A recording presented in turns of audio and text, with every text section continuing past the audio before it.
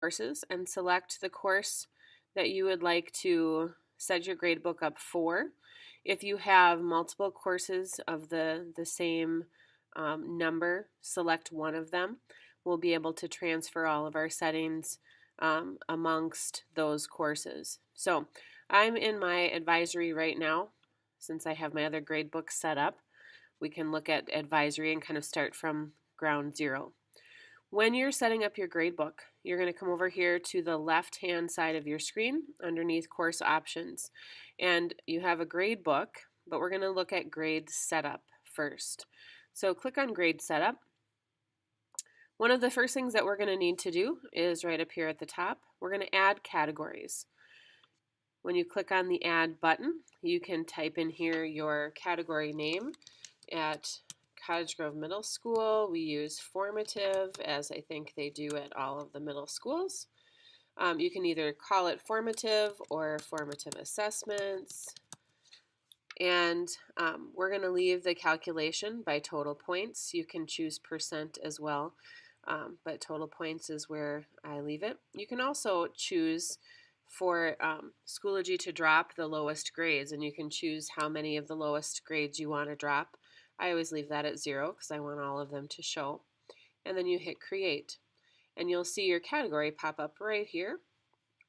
We'll go ahead and add another category to get our summative assessments in there.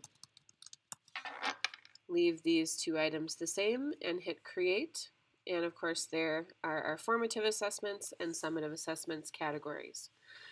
What we're going to want to do is click on weight categories so that we have the option to change these percentages. Right now, default setting leaves them at 100, which divides out that percentage to be half and half. We, of course, cannot have our formative assessments higher than 20%, so we're going to change that 100 to 20. And we're going to take this one for our summative assessments and change it to 80.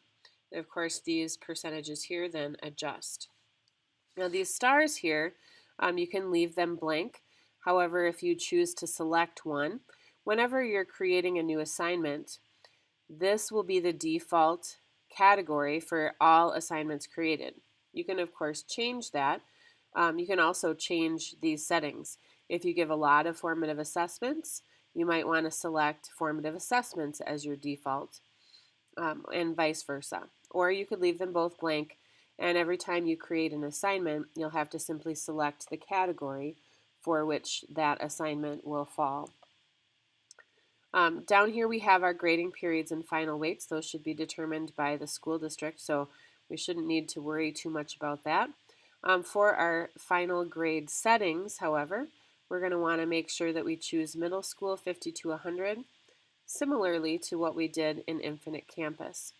There is this nice option. If you click on round period final grades, it will automatically round those grades up for you. Anything at 0.5 and higher gets rounded up to the next full point. I always typically do that with my students anyway at the end of the grading period, so having Schoology take care of it for me is a big bonus.